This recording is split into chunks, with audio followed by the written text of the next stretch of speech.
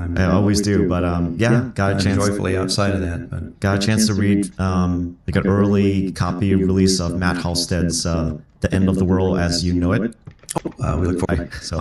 And I know that was a hard time for you to get a ticket or a reservation to have lunch with C.S. Lewis. Those kind of questions always are on my mind. And who knows? It'll be better than we can imagine. So we have to leave it there. But yeah, thank you for sharing that. I know it's quite an amazing thing to lose both a great friend and a family member in the same day. So our thoughts and prayers go with you. Thank you. Well, we are going to head into Genesis chapter 2. Now, our last time together, we ended 1, and we did talk about the end of 1. In fact, let me share my screen with the biblical text in front of us so we can work through that as we need to. Let's back up. The whole discussion of Genesis is coming into the Divine Counsel Worldview podcast because, well, number one, Mike never got there, and I'm sure he would have, and it's obviously the formative book of the canon, and for any discussion of Divine Counsel issues, which we want this podcast to foment that, right? And we would need to eventually get to Genesis because it's such a formative book. So this is that, or that is why we're jumping into Genesis as a new podcast, because it's just a great place to start. So we should also say that there's a lot of ways to study Genesis, and it's not our intent to be totally comprehensive or exhaustive. So we have to be selective. So with the purpose of this podcast, we're going to be attacking the book or studying the book from a Divine Counsel worldview standpoint, picking out those points that would be interesting or even necessary to a Divine Counsel worldview. And we had talked, such as in Genesis 1:1, in the beginning God, and we had to take a little bit of time, and we did with the word Elohim. You can see it on the screen that when I hover over the word God, at the bottom of the screen is the Hebrew word Elohim, and we talked about it, that the challenge of the word is that it's not capitalized in the Hebrew Bible. There are no capital letters, so you're just coming upon this word, shall we say, just the stark nakedness of this word, this title, Elohim, which can be used in various ways. And we capitalize, notice on the left is the ESV, in the middle is the New King James. They both capitalize the word God here. But when that word is used in a sense that does not refer to Yahweh, our Bibles will not capitalize the G. And so just be prepared as we discuss the Divine Counsel worldview issues that are within the Bible. The word Elohim is going to be a very constant issue in front of us, and it does not mean, here's the point, it does not mean God. The English word God is just too, it's too recent. It's too anachronistic to take that English word God and put it back into the Old Testament text, because they didn't have that word yet. They had Elohim. So let's skip up to the end of chapter 1. And my point as we ended 1 is that, well, as you see in yellow, there are numerous times, in fact, it's 10 times that we have in verses 120, I think it started earlier than this, back in 111, 112 twice. You have this phrase, according to their kinds. God is creating plants and animals, and then they reproduce, quote, according to their kinds.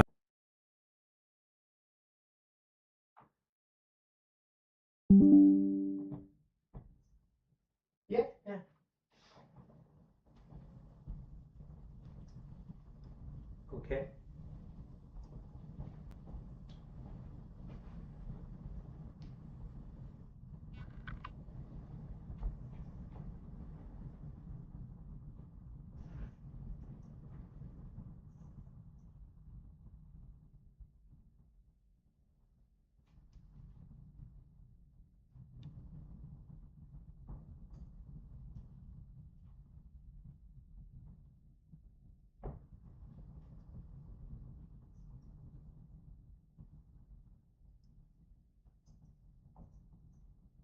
Uh-huh.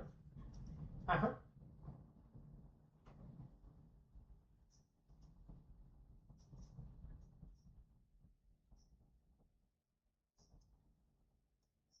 Uh-huh.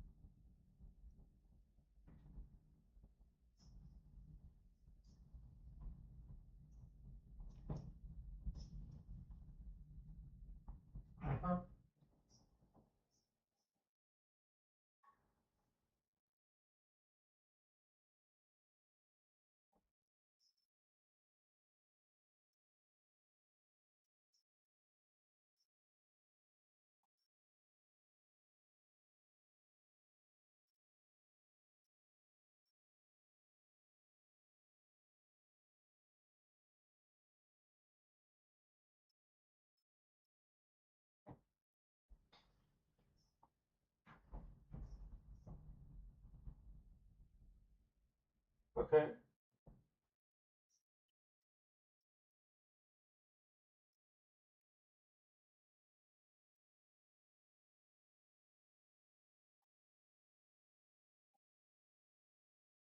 Uh-huh.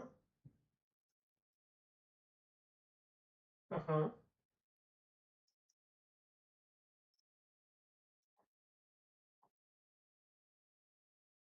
Oh, that's good.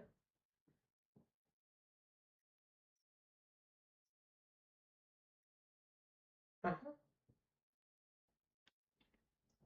Yep.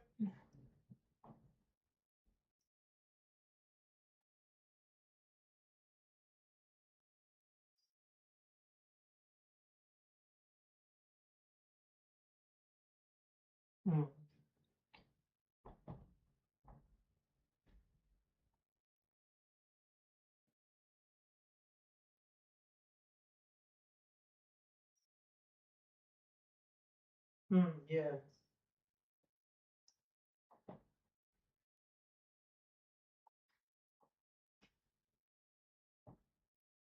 Oh, sorry.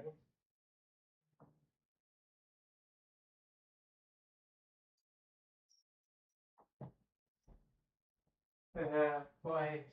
Um, no, sounds like they're having a rough time. Um, but you,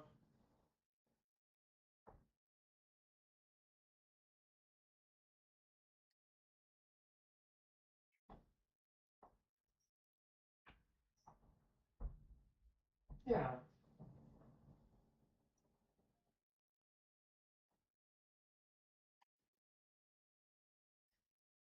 yeah,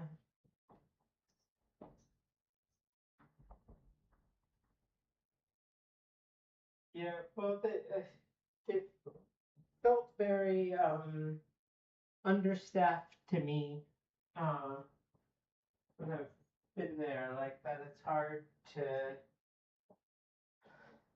find CNA. You know, it's there's a lot of people there, and it's just it always feels like there's not enough people, staff, working there to take care of every need.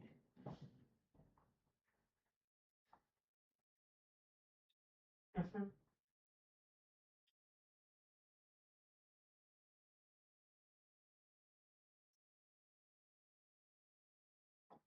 Uh-huh.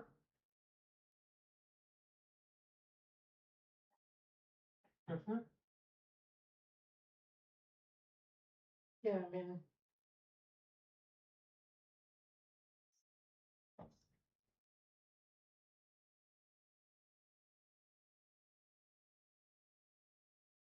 hmm.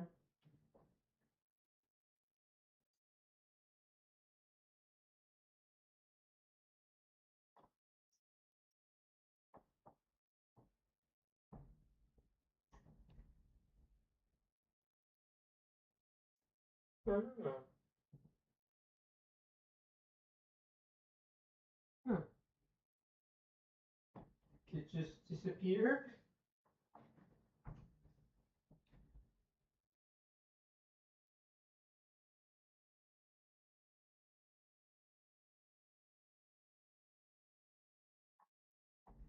Uh-huh.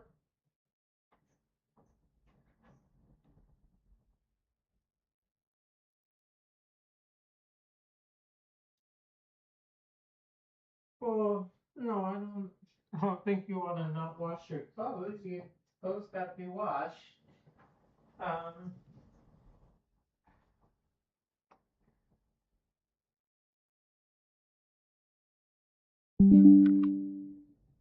Oh, nice.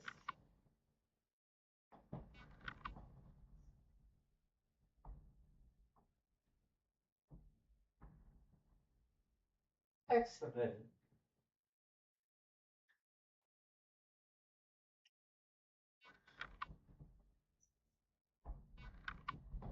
Mm-hmm. Mm-hmm. Nice.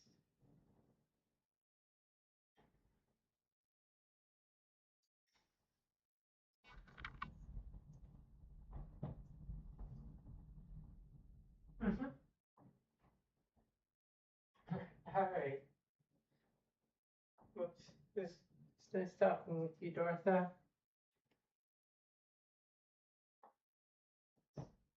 You're welcome. Anytime. All right. Have a good day. Bye.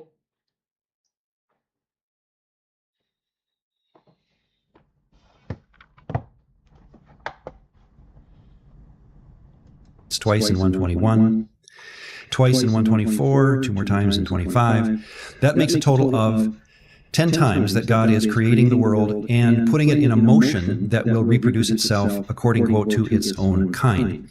And my point that as we came to 126, then God said, and that said is singular, so we know we're talking about the Jewish or the Hebrew God here, Elohim.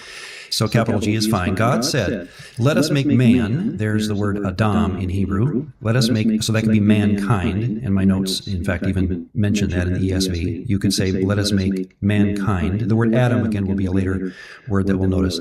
But let us make man in our image, and notice the hour. That you know, I was just studying, Mike, this issue, of course, getting ready for this, and just looking through some old theology books, and the very titles of chapters, you know, made in God's image.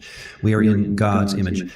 I think often forgets that the initial statement is a plural idea. Let us make man in our image. Notice, by the way, the New King James, this is what reminds us that all translations are interpretations. Notice in 126 of the New King James, let us, and they capitalize. This is the New King James. They capitalize the us, and they capitalize the our, because they're suspecting, and again, this is one of the rules of divine counsel worldview thinking. You don't want to think too quickly, right? You want to think like the original reader and writer.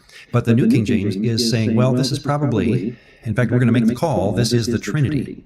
Let us make man in our, and the our is capitalized out of respect for the Trinitarian idea of make man this quickly, right? This is one of the our, and this is let's make man in, make man the end creator of this earlier chapter 1, have that word yet. They had Elohim, so word God, and put it back into the end of chapter 1. And my point as we ended 1 is that, well, as you see in yellow, there are numerous times, in fact, it's 10 times that we have in verses 120, I think it started earlier than this, back in 111, 112 twice. You have this phrase, according to their kinds. God is creating plants and animals, and then they reproduce, quote, according to their kinds. It's twice in 121, twice in 124, 2 more times in 25. That makes a total of 10 times that God is creating the world and putting it in a motion that will reproduce itself according, quote, to its own kind. And my point that as we came to 126, then God said, and that said is singular, so we know we're talking about the Jewish or the Hebrew God here, Elohim. So capital G is fine. God said, let us make man, there's the word Adam in Hebrew, let us make, so that could be mankind, and my notes, in fact, even mention that in the ESV. You could say, let us make man, let us make man in our image. Notice, by the way, the New King James, this is what reminds us that all translations are interpretations. Notice in 126 of the New King James, let us, and they capitalize, this is the New King James, they capitalize the us, and they capitalize the our, because they're suspecting, and again, this is one of the rules of divine counsel worldview thinking. You don't want to think too quickly, right? You want to think like the original reader and writer. But the New King James is saying, well, this is probably, in fact, we're going to make the call, this is the Trinity. Let us make man in our, and the our is capitalized out of respect for the Trinitarian idea of Father, Son, and Holy Spirit. Notice in the ESV, they leave it with the our being not capitalized. At least that gives the interpreter reading this text the right to go either way. But I think your opinion would be my opinion on this, that the our here is God talking to an entourage of some kind. It's not named, obviously. But that entourage in the ancient world would be the greater the king, the greater his court. That's just how they thought. And so God, speaking as the supreme king of the universe, as it were, in his courtroom, in his throne room, he would be surrounded by a host, a court, an entourage. Those words, by the way, are synonymous in Hebrew, or in fact, it comes out of the same word. So when we talk about divine counsel, I think it's fair to say, for all listeners, you know, that may divide out on different interpretations within our discussion. When we talk about divine counsel, we could also just say divine host, because it's the same word, same idea. And to say that a council, you know, in other words, in English, the word council has kind of a connotation of sitting around a big, you know, round table and the discussions about what should we do. I realize that feeling of a council meeting can be a bit Englishified, very modern compared to what the Old Testament probably is trying to pass along. So even when you said that your sister Ruth and Mike met in the council, my mind spins, of course, and I'm thinking, well, the host would be fine too, right? In other words, however God is organizing his host in the heavens, maybe the word council can be a little bit maybe too specific in how the connotations that it brings to the English language. But that's the point here in 126, and I just wanted to run that by us again as we get into this, that what God is doing here is he's stopping the conversation about making animals and plants according to their kind. And then he has this, I think it would have been a shock value to the original reader or hearer, let us make Adam, or mankind, whatever that is, in not their own image, or not according to some other animal that I've made before, but our image, meaning let's make him more like divine beings than animals. And then that second phrase, after our likeness, image and likeness again, run together in this verse. They do in 5:3 as well. They switch the order, likeness and image. So let me just mention, and you had sent to me notice of a book. Give me the name again. It's a Catherine McDowell. Catherine McDowell. She was one of my Hebrew professors at Gordon Conwell. She wrote a book. And the name of the book? The name of the book is named "The Image of God in the Garden of Eden," and I think the subtitle is "The Creation of Humankind in Genesis 2:5 to Genesis 3:24." In light of the mission. This is her dissertation. It was her. I believe it was her dissertation. Yeah, that's how it reads. And thank you for sending that over. And I enjoyed it a lot to move through it. And on page 130 or 120, somewhere in there, here is a quote from that book that she wrote. Clearly, about 3-4 lines down, clearly the author is emphasizing when it comes to made in the image of God, image of Elohim, our image. The author is emphasizing the creation and reproduction of each species according to its own distinctive type or class. That's previous to 126, right? Thus, the ancient audience may have been surprised when they heard or read the next two verses, 126 and 7, in which the creation of humans is described not, there's the shock value. They were expecting to get that line again, but they don't. It's described not as according to his kind, as they might have expected, but as in the image of, and according to, the author was drawing a sharp distinction between humans, there it is, and other created beings, meaning animals and even plants.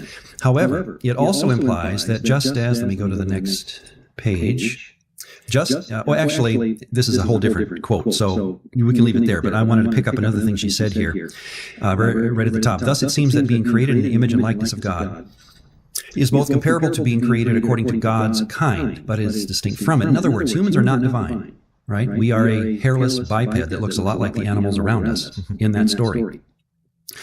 Nor are they members of the heavenly host. Good point. They are their own category, type, or species, which is defined by being created in the image and likeness of, and here's again where I would put the word Elohim and not capital G God. Are you okay with that, Mike, that I keep doing that? I wish we had always kept this in the plural. That makes sense? And I know that we talk about the image of God as a title and as an idea, and we always make it singular, and I'm confused by that because the text makes it plural purposely, right? Well, I think some of that also has to do that, we get the declaration, the conversation, right, that God is having with his divine assembly or council, however we want to describe it, the whole entire entourage. But when we get to verse 27, right, where the author is then mentioning the actual creation act itself, the verb, from what I understand, so Elohim created man in his own image. The created, the verb there is, it actually moves back into third person singular, masculine. Yeah, singular. So I understand why we put a capital G on that. Yeah. And so I think there's that acknowledgement, like the ESV is doing the very clever thing of, we're not going to capitalize the our or the us, right? So you can make your interpretive decision. But then when we get to verse 27, a lot of folks sort of take the context of verse 27, the singular masculine there, and then they apply that right back up into verse 26. And so I think it's more important to actually let the flow of the text go and acknowledge God seems to be having a conversation with a group. It's not just with himself, or even in the concept of Trinitarian thought, just the Father speaking with the Son and the Son speaking with the Spirit, but that this was an actual conversation with a large host of other beings. Right. Good, thank you. And let me finish this slide and we'll get back to the text. However, at some level, humans belong to the divine class. This is interesting how she says it. At some level, Humans belong to the divine class or species. I like that. That is, humanity's kind or type is, and here's where I put the word Elohim, generally, divine. Our kind or type is divine, if indeed Genesis 1 conceives of humanity as God's royal son. And here's where she goes into another topic, which I won't discuss here, is the idea of royalty. And by the way, this is common, and I know you've done some study on this, that in 126 and 7 nowadays, the discussion, whether it be in N.T. Wright, in fact, I have his book, Simply Christian, in front of me, page 36. The ancient biblical creation story offers a powerful and pregnant picture for all this. Humans, it says, are made in God's image. In the ancient world, this is again N.T. Wright, Simply Christian, the name of the book, Why Christianity Makes Sense. In the ancient world, page 36, in the ancient world, as indeed in some parts of the modern one, great rulers would often set up statues, icons, images of themselves in prominent places, not so much in their own home territory, but in the foreign or far-flung dominions. The subjects of that country would be reminded that you were their ruler. That's why you put an image out either in the, along a highway saying this belongs to me, this area, or, and this is common today, the idea of a temple, the idea that you would make a temple as a worshiper of a deity, that's their home, then you would install an image in the most holy room in that home. Now you sense where that Holy of Holies idea is in the Ark of the Covenant in biblical tradition. And so that has often been caught today, that the image, well, I'd say it's pretty modern. We haven't, old commentators didn't catch up on this as much as today, but the idea that this story would have caught the original reader as God, as it were, the image of, or the illustration of God creating a home in which he was going to live, and then putting an image of himself in that home, and that would fit this idea of mankind being in the image. The one distinction I would make is that, again, remember, we are made in the image of plural Elohim, too. And as long as we keep that plurality there, personally, I'm happy. I realize I can't win that debate, that debate in every conversation, but I am made divine, or how did Catherine say it? We are made in a type or class that is divine. That's fascinating to me, right? And we talked about this last time, how the implications of that are stunning, and especially as I've often said in talking to my atheist friend, I've had debates with him in public settings, and I've said to the audience numerous times that the closest worldview I have to my Christian worldview, the one that I battle the most in my mind, thinking if Christianity isn't true, then what's closest to me is atheism. Just the idea that this is all we have. The physical world is it, right? To me, that's the other option. Excuse me. That's the other option that's always hanging out there for me. And this verse is basically shooting that one. It's saying, Ron, you've got, well, here's how I hear the verse talking to me. Ron, when God made you, you've got to get this in your head. He made you more like a god than a dog. You cannot approach your world in a purely physical way and think you're going to get away with it. Mm-hmm. It won't be satisfying to you. It won't make sense to you. You're going to think it will. Again, I think Jesus comes on the scene. This is what understatement of the day, but this is what I love about Jesus so many times. He will, pick up where people are, and he'll notice that materialism has become a real thing, right?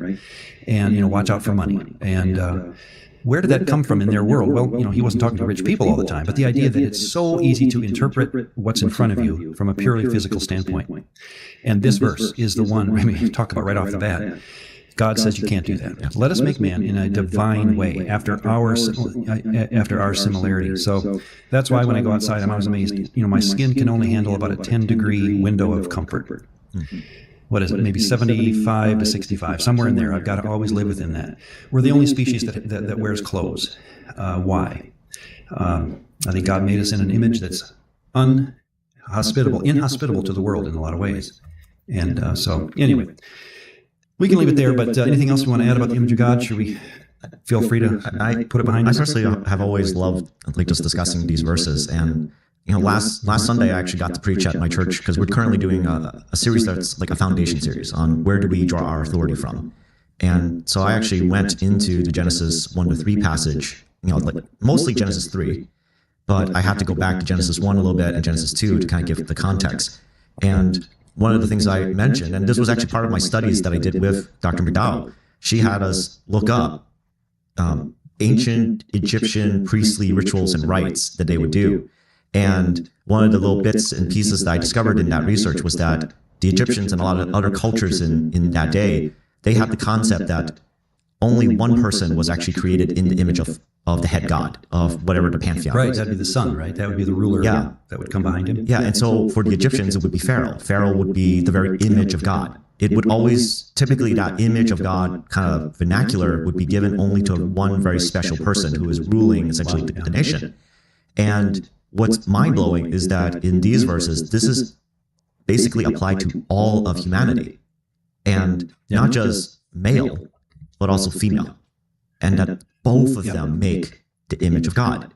And so that was a point that I highlighted within, for my congregation, simply that this is really just a mind-blowing concept, and how it really is this foundation of a lot of our modern views of human dignity and human worth, but we don't even realize it comes from these verses, and it was written and penned by people who were living at that time when this was actually finally written down. They were under the yoke of brutal and terrible empires. And yet here they're claiming this truth that every human being is made in the image of God and also other gods. Yeah. It'll be fun when we get to, and by the way, I'm going to say heaven every now and then, and I don't mean the traditional view as much as the new creation, right? And I'm all about that somehow we're going to be entering a new world that is going to be very physical in some sense. So I'm all about that. But when we say going to heaven, you know what I mean, right? Yep. That when we get there, it's going to be stunning, as we've said, to notice how Gabriel and Michael, this happens, by the way, in Revelation, when twice, I think, doesn't John bow down to a divine being, and the divine being says, "Get up, you're a fellow servant now." And so that only happens in Revelation. Nowhere else before that moment in the biblical story, when a human bows to a divine being, does the divine being say, "Hey, get up"? No, they always say, "Stay down." and I find that interesting, that we, and we'll see this again as we study the rest of the Bible as we go, that our role as humanoids is to worship or prostrate, the same word in Hebrew and Greek, prostrate ourselves in front of a divine being if we met them. That would be our role, right? At the same time, we will someday get to the other side, and they will pull us up and say, "Welcome to a new world in which we are now equals." That's where I sense we're going with this. So, yes, thanks. 127, male and female. I think that's said kind of in a by the way, just in case your current culture, wherever, whoever read this the first time, wherever you are, just understand that whether you're male or female, you are equally part of this divine image. Beautiful idea. And Mike, I don't know your view on this, so let me give you mine, and you're welcome to push back if you'd like, because a lot of these things we talk about on the podcast, we don't pre-discuss them. So I don't know where you're going to land on this, but in 8:22. This is Genesis 8:22, after they get off the ark. "While the earth remains, seed time and harvest, cold and heat, winter and summer, day and night, this shall not cease." In other words, God has set up, and I think this 8:22, in other words, refers back to the created order of, the rhythms of seed time, harvest, cold and heat, winter and summer. Notice that in that rhythm, you have natural life and death motion, right, back and forth. Leaves fall off trees and die. So the idea of death, here's my idea that I'm throwing at you, and I don't know where Mike was. Maybe, again, you know Mike's views better than I do in a lot of things. And the idea of plant death before Genesis 3, I think would be a given, right? That we have a carbon-based system that God has set up in Genesis 1 that he calls very good, right? And there has been no, quote, fall yet. Adam and Eve have not disobeyed in Genesis 3. But what we have coming out of Genesis 1, where we are, is a rhythm of nature cycles that would include plant death at least. And my recommendation would be also animal death. That carnivores are simply doing their thing when they eat another animal, and that God made it that way, that this is how he designed it, and that when we look at an animal eating another animal, it's not sinful, it's not a result of the fall. This is my opinion, okay? I'm just giving you my opinion. I know that the church fathers were all over this discussion in both sides, but the idea that death itself started with Adam's fall, to me, is hard to imagine in a world where thus carnivores can't eat other animals. To me, it's all part of the system, and that's why 8:22, when it says winter and summer, day and night, that this carbon-based world that we were originally given, here's my point, had cycles of death built in, and animal and plant death, therefore, are not a point to be discussed in the fall, but they were simply built into the creation. What do you think of that? So this is just my initial hot take, right? Because, like we said, you didn't tell me you were going to throw this at me. But welcome to the Divine Counsel Worldview Podcast. Yeah, love to be here. The initial thought I had, and honestly, this is actually something that I thought about a long time ago, because I think the question wasn't about that verse. My thought years ago was, so if nothing died, if there was no such thing as decay before the fall of Adam and Eve, then what was the purpose of the insects? Yeah, Like everything that I know about the insect world, and it's not a lot. I don't study creepy crawly things, but the most basic stuff I remember from my science classes are these time lapses of, like maybe like a sardine left out in the open, and all these ants come and then basically consume the flesh and like basically pick it bone clean, literally bone clean, and the rest of whatever's not eaten away will just dissolve and break down into the ground and turn back into soil. And so, like in my mind, it's like if God had created insects. And that is like one of their primary purposes, is to essentially be the garbage eaters of the world. And that's a good point, yeah. And to thankfully just break things down and return it to the ground. Yeah. So then that's not necessarily a bad thing. That's a great thing. Right, yeah. So you're saying, and I think thus we agree, that the idea of a carbon-based system can be pronounced in 131 as very good, but it can include the idea of rhythms, thus the dying and rebirthing, right, after its kind, that this whole rebirthing issue is part of that. It's very good. This is what God created, a system whereby carbon-based life forms are going to die and come back, or I'm sorry, reproduce, right? So, okay, well, again, notice that in that kind of a discussion, we don't, as a podcast, have to mandate anything there. It's just that, and that's where the Divine Council worldview to me is so fascinating. There are many dividing points or trails that the dominoes, once you tip out, you separate into 2 or 3 options on a verse. It's fun to think through how those dominoes tip and where will that affect the rest of your theology or the story going forward. I would say that you could have a world of death at this point, even human death, and I'll get to that in a second, that's not offending the later story from what I understand. But let's move forward from there. Let's, in fact, go back to the text and close out chapter 1 again. God said, bless them. Now, here's my challenge. Again, this is, and actually, let me bring up a book that Mike originally, before he passed, he did interview Swamidas. Do I have his? There it is. I got the book right over here. This is S. Joshua Swamidas, The Genealogical Adam and Eve is the title of the book, subtitled The Surprising Science of Universal Ancestry. I was able to attend the session at ETS that he talked at, and delightful speaker. And I have not had a chance to read the whole book, but his basic theory in the book, and it was very well received, it's been very well reviewed, is the idea that, and watch this in 120, let's go back to it, I'm sorry, going the wrong way here. If you were reading this the first time, okay, or listening to it at your father's knee, and you heard this verse, let us make mankind in a divine or our image, after our likeness, God says. Let them have dominion over the fish of the sea, over the birds of the heavens, over the livestock, and over all the earth, and over every creeping thing that creeps on the earth. Notice the everything, right? So God created mankind in his own image. In the image of Elohim, he created him. There's, I think, that second, that parallel idea that might open it up to the plural beings again. In the image of Elohim, he created him. Male and female, he created them, and God blessed them. I'm in 128 now. God blessed them and said to them, be fruitful and multiply and fill the earth. Now, we already had that said about the animals earlier, or birds, I believe. Be fruitful and multiply and fill the earth and subdue it and have dominion over the fish of the sea, over the birds of the heavens, and over every living thing that moves on the earth. And God said, behold, I have given you, mankind, every plant yielding seed that is on the face of all the earth, every tree, and to every beast and every bird, and to every, I'm moving through 130 now, everything that has the breath of life, I have given every green plant for food. And it was so. 131, God saw everything that he had made, and behold, it was very good. And there was evening in the morning, the 6th day. And of course, on the 7th day, he rests. And now we're into chapter 2, which is where we were going originally. Wouldn't you, and this, again, let me throw this at you, Mike, that as an idea, that if I'm reading that the first time or hearing it, my guess would be I have in the picture of my mind a world that's being peopled or populated by first birds and then animals and beasts of all kinds and fish and everything. And then God says, let's make humans, but let's make them divine in some way. Make them like the divine world. I'm still going to put them on the earth. They're going to have hands and rib cages and all the things that vertebrates have. But I'm going to make them more divine than they know, shall we even say. And they'll figure that out as they go. And then as you end up chapter 1, wouldn't the reader think that the writer has told them or given them the impression that the entire world now is filled with these humans? I mean, I think it's interesting, right? Because this is all too the textual ambiguity in a sense, right? Because the word is just them; it's just simply the plural pronoun.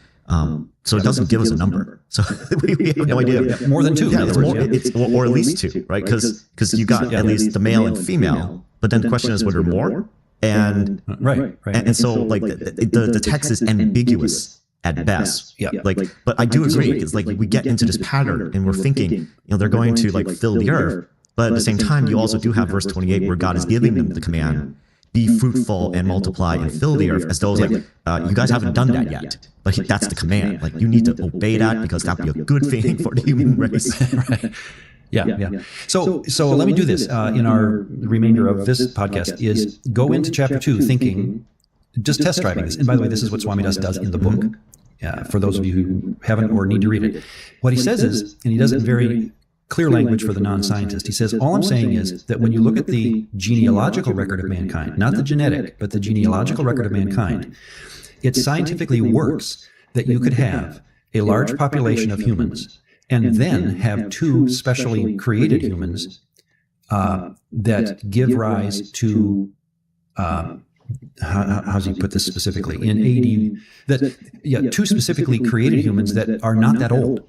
4,000 BC would be fine for him. In other words, and this is where my science, I'm no good at it, but the idea that he's simply trying to say, if I read Genesis 1 and I have a whole bunch of people that are populating the world, and then I have in chapter 2 more people who are specially created or formed and put into this hobby farm, would that work in the genealogical record of the human race? And he says, yes, it actually works. Now, that's where I'll leave you with the book. And again, I have not had time to I just don't have the time personally to get into all that, but that's what he recommends. So let's do this in chapter 2, and let's just kind of read the text to see how this would work if we were to presume that we end chapter 1 with a world full of humans, okay?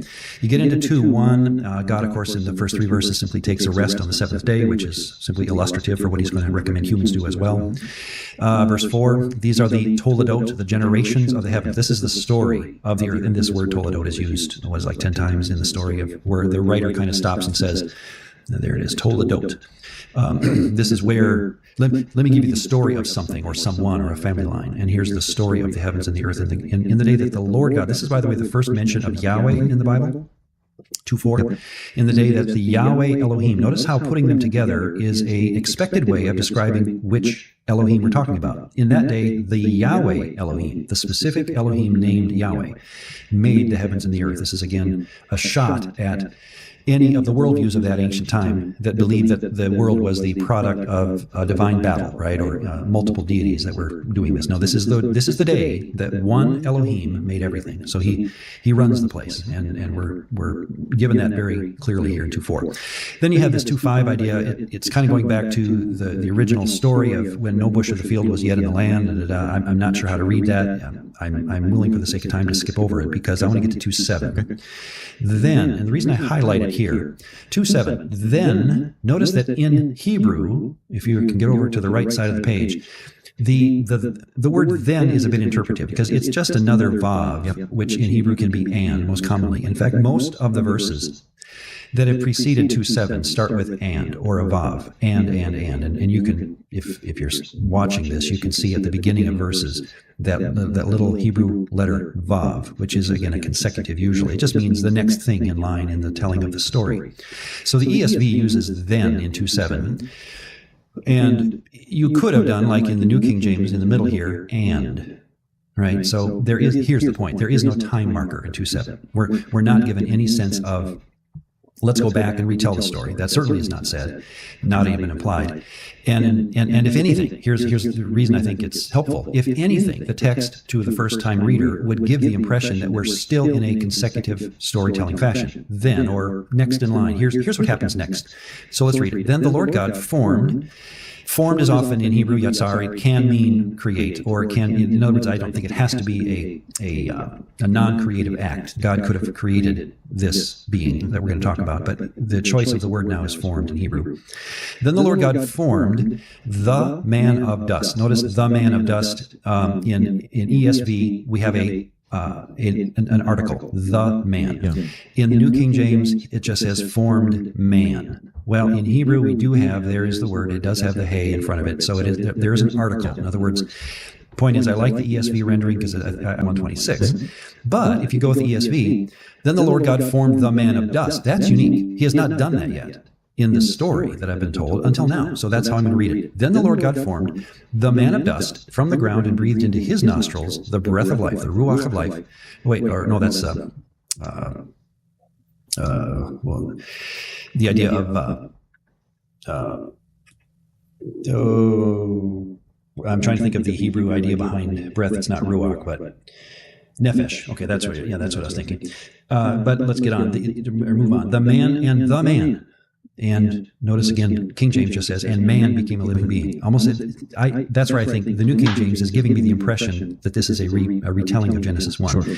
Whereas the ESV, and the man, the one we're talking about now, became a living creature. My point is that I could read 2:7 as a new story. It wouldn't hurt the story to me. I think it flows nicely. What does he do with this man, this being? The Lord God planted a garden in Eden, we don't know where that is, in the east. So there seems to be a place called Eden, and then in the east of that side of that land, he puts a garden. Okay, and there he put the man whom he had formed. Notice again how specific that is. 2:9.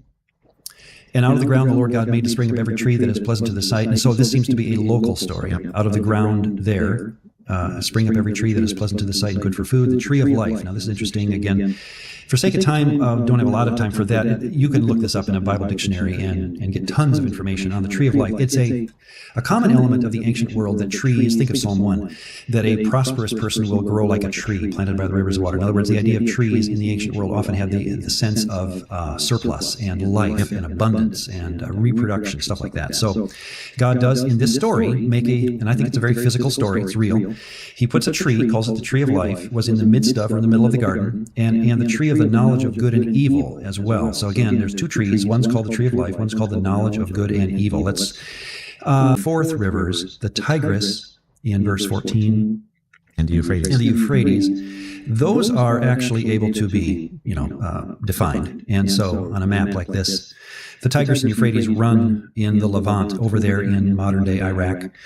And in this world of the writer, this would have been Babylon. Moses would have been speaking in a world that knew that Tigris and Euphrates were rivers that traversed the land of Sumer and Assyria and Babylon. So far away from Israel, of course. But the point is that when commentators talk about where these four rivers meet, as though, and that's what the text does, that this is where this Eden is. We're not quite sure, and I don't think, again, it matters to our conversation here as to where Eden is. I personally think it's, as you can see here, the word Assyria. By the way, that's a good example of reminding the reader we're talking about a time period that is pre-Assyria, but we're using the word Assyria for the reader to know where this is, right? So Moses is talking in his time period. And let's leave it there for our podcast for this time. Let's come back to this, because what we've basically done is set up 2:15, where God takes the man, puts him in the garden, and tells him what to do. So anything else that Mike, that's on your head or on your mind before we end 2:14? We basically set up a world in which, here's what I'm recommending, we have a populated earth with plants, animals, beasts, and humans. Then God says, let me tell a story. Here's what I'm going to do. Now, again, we don't know the story until we know the story. So I'm not going to put anything into the mind of, like the text doesn't. I'm not going to talk about the story until I see elements, come out of it. But all we know so far is that God says to himself, what I'm going to do, or what we find out that he does, is create a hairless biped, a man of dust, forms him, puts him in a garden, and that garden is somewhere near Assyria. So that's all we know so far. Fair enough. Fair enough? No. All righty, well, let's wrap this one up then. And thanks everyone again for putting up with us. The text is a beautiful thing. And our thoughts and prayers again to Drina. And as we're coming up on the first anniversary of Mike's death, we're only here because of what Mike did. We can't replace him. And I lost, I know for you, Mike, much can be said, and let me say my piece again. I lost my greatest theological conversation partner, and when I lost Mike, and I'm continuing this with him in mind, and again with many people who have been influenced by his work over the years, and so glad to be a part of this, and we'll welcome you back next time. Thanks. Bye, folks.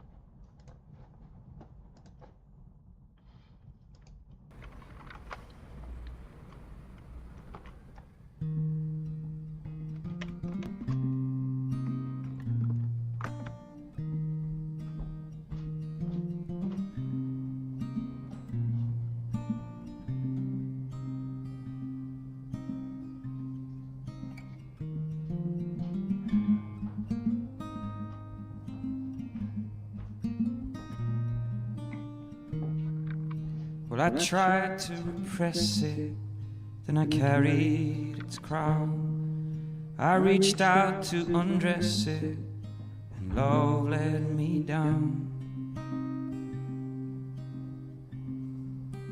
Love let me down.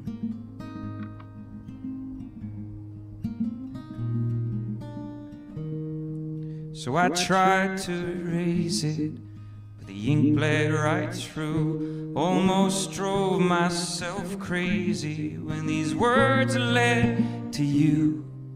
And all these useless dreams of living alone, like a dogless bone. So come let me love you.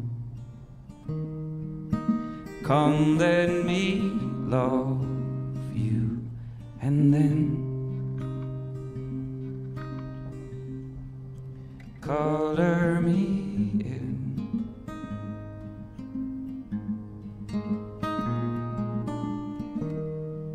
Well, I tried to control it and cover it up. I reached out to console it, but it was never enough.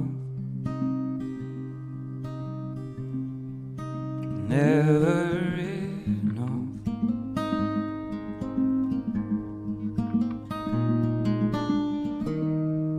So I tried to forget it.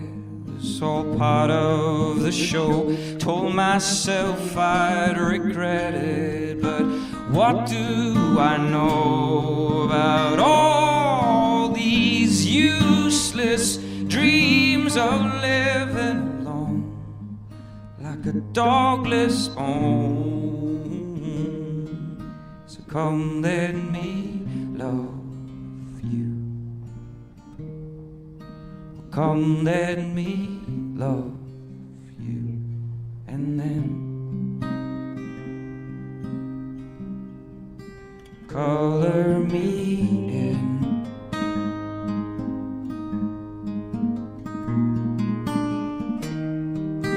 Come let me love you. Come let me take this through the end of all these useless dreams of living. All these useless dreams. All these useless dreams of living. All these, oh no, so come let me love you. Oh, come let me love you. Come let me love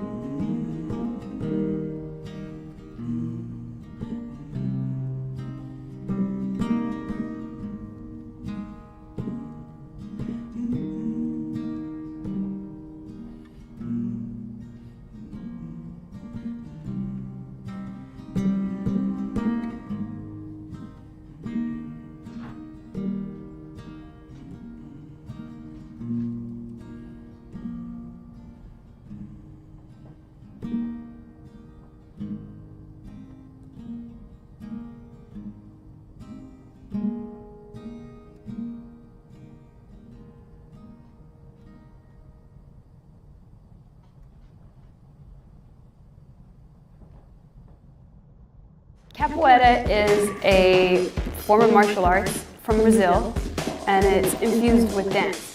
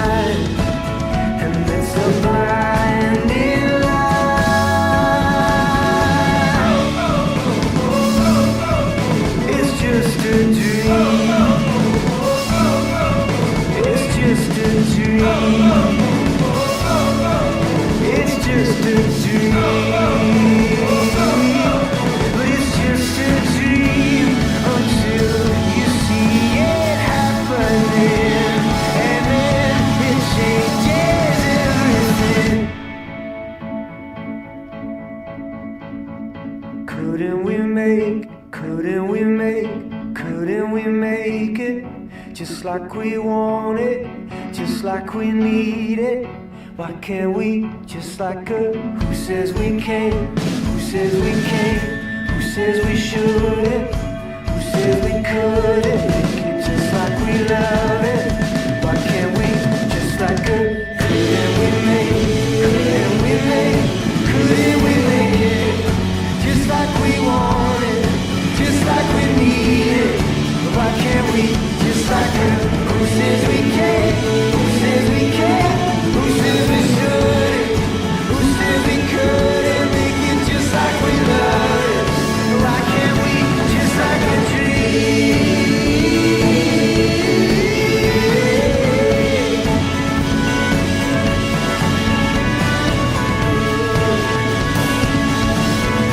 Oh, oh, oh, oh, oh, oh, oh, it's just a dream.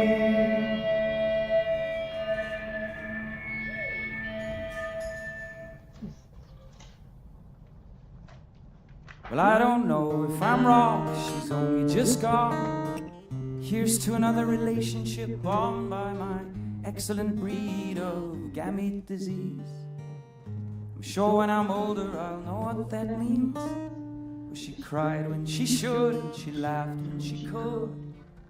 Here's to the man with his face in the mud and an overcast play, just taken away from the lovers in love at the center of stage, yeah.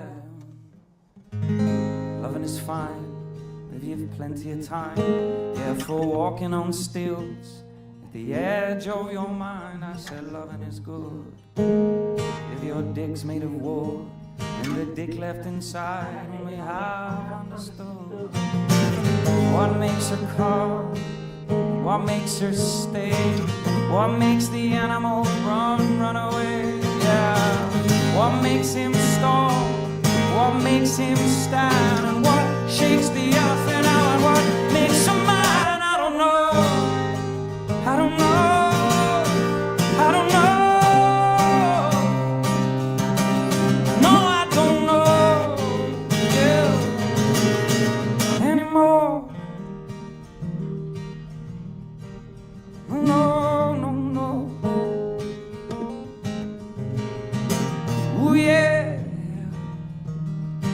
Hey, hey, hey, hey. You see, I don't know if I'm wrong. It's 'cause she's only just gone. Tell me, why is this day taking so long? I was a lover of time. When once she was mine, I was a lover indeed. I was covered in weed, and she cried when she should. She laughed when she could. Close to God is the one who's in love. I walk away 'cause I can't. Too many options may just kill a man. Loving is fine if it's not in your mind. But I'll find it out now. Just too many times I said loving is good if it's not understood. But I'm the professor and I feel that I should know just what makes her calm, what makes her stay, what makes the animal run, run, run, run, run away. What makes him tick apart from his wick, and the lonelier side of the jealousy stick. I don't know, I don't know, I don't know. No, I don't know, I don't know, I don't know, don't know, don't know, I don't know, I don't know, I don't know.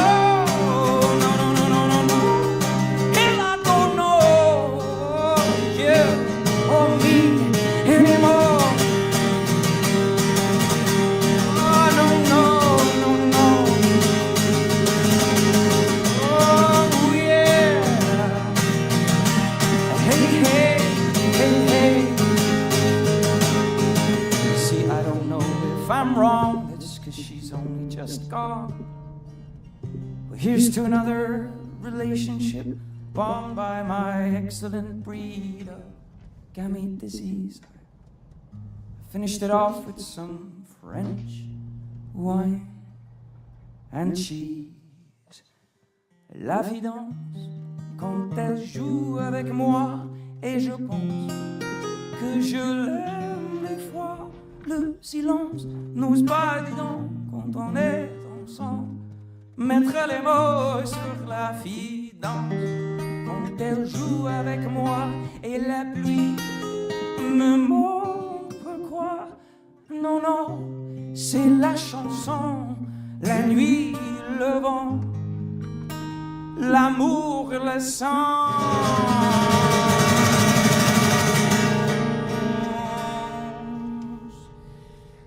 D'un petit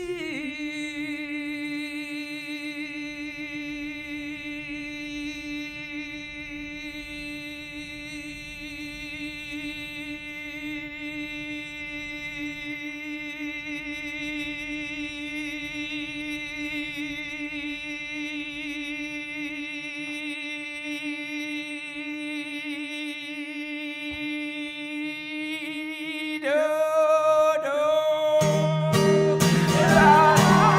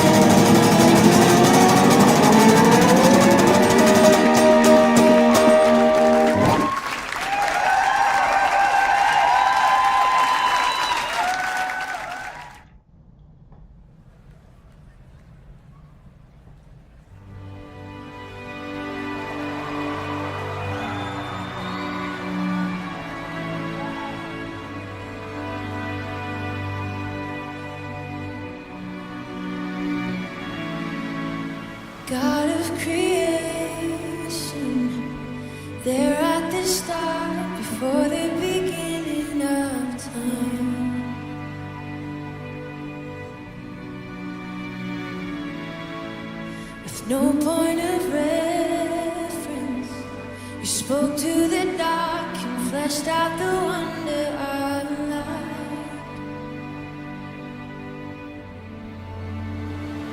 And as you speak, 100 billion galaxies are born. In the vapor of your breath, the planets form. If the stars were made to worship so light, I can see your heart in everything you've made. Every burning star, a signal fire of grace. If creation sings your praises so loud,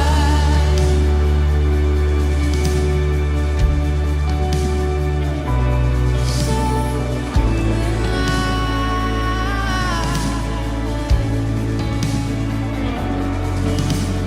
God of your promise, you don't speak in vain, no syllable empty or void.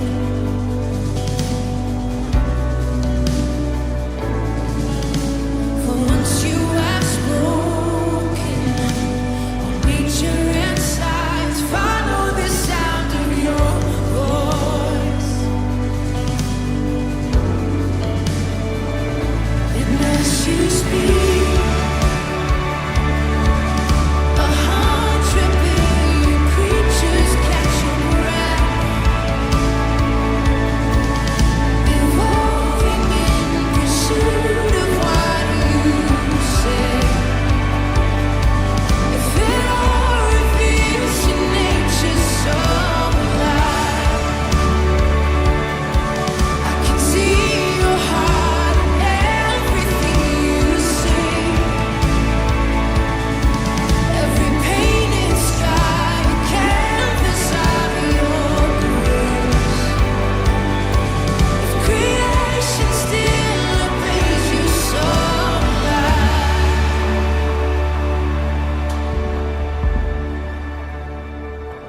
so loud.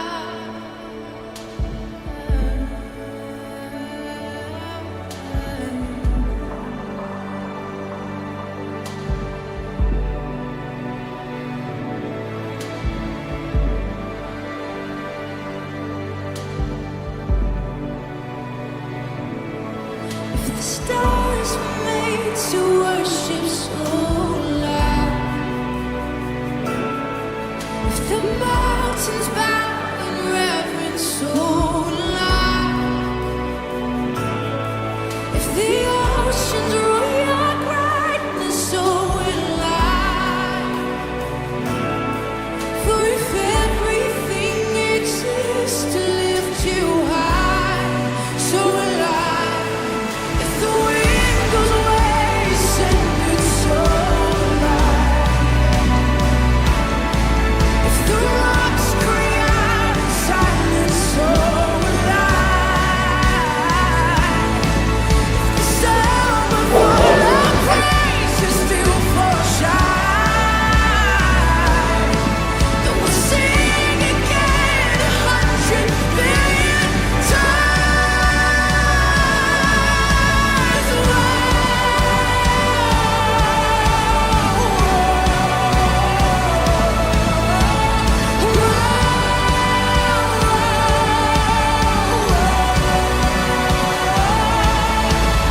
God of salvation, you chased out my heart through all of my failure and pride.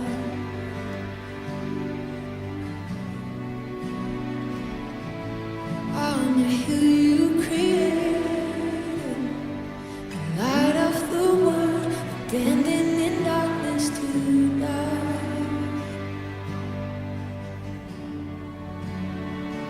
And as you speak,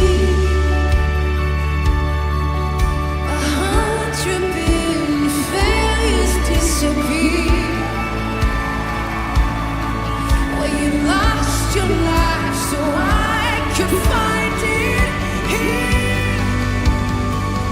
you left the grave behind you, so will I.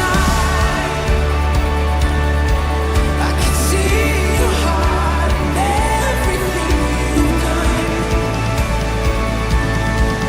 Every part designed in a work of art, covered in love. If you gladly just surrender, so will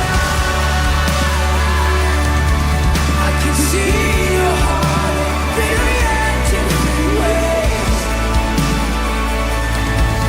Every precious one, a child you died to save. If you gave your life to love them, so will I. Like you would again 100,000,000 times. But one measure could amount to your desire. You're the one who never leaves the one behind.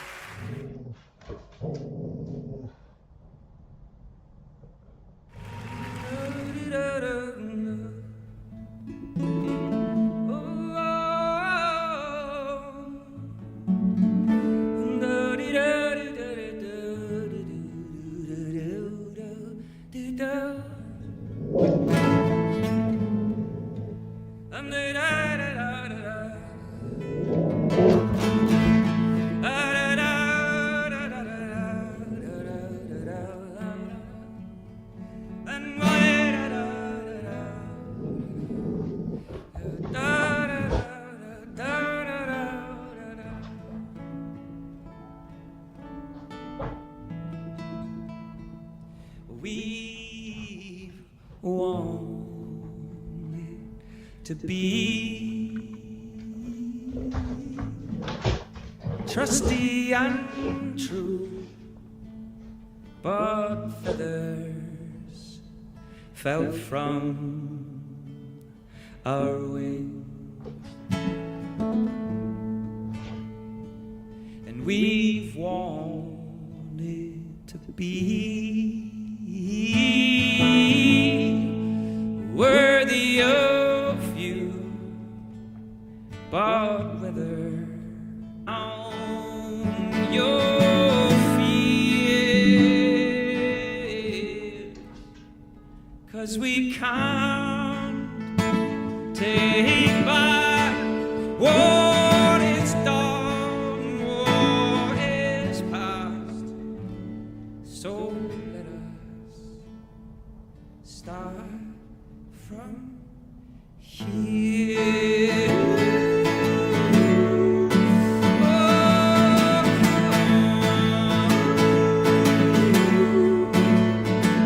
We never wanted to be lusty or lewd, nor tethered to prudish strings. We never wanted to be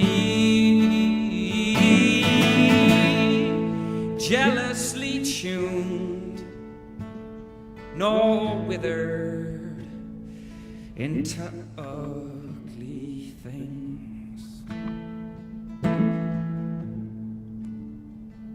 And we can't take back what is done, what is past. So fellas, lay down your spears,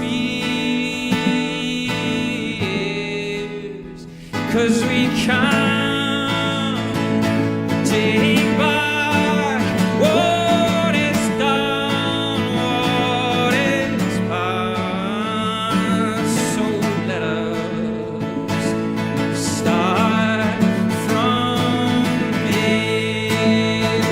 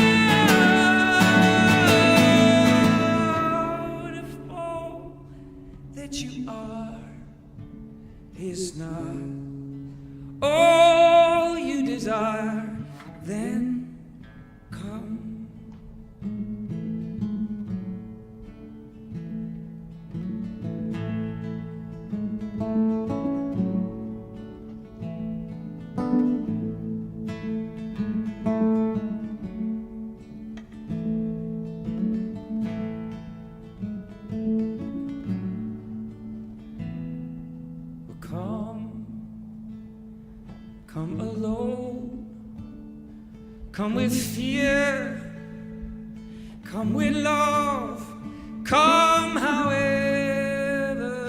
you are. Just come alone, come with friends, come with foes, come however you are. Just come alone, come with me, then let go. Come however you are. Just come alone, come so carefully close. Come however you are. Just come.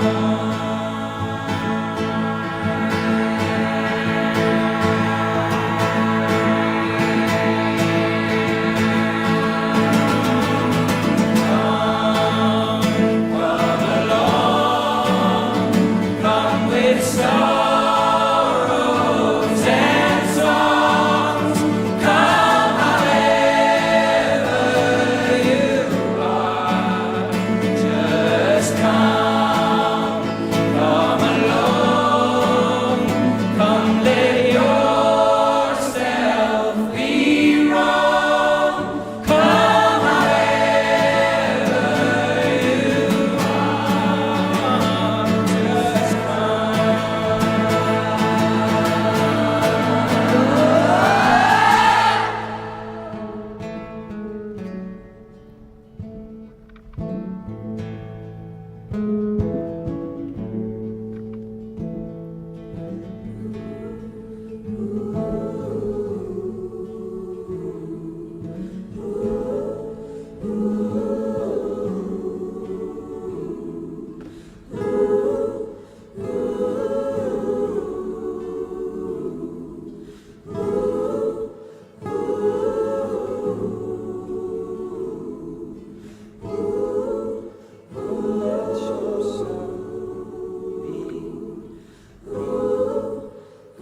it's already begun. Come, let yourself be wrong. Come, it's already begun. Come, let yourself be wrong. Come, it's already begun.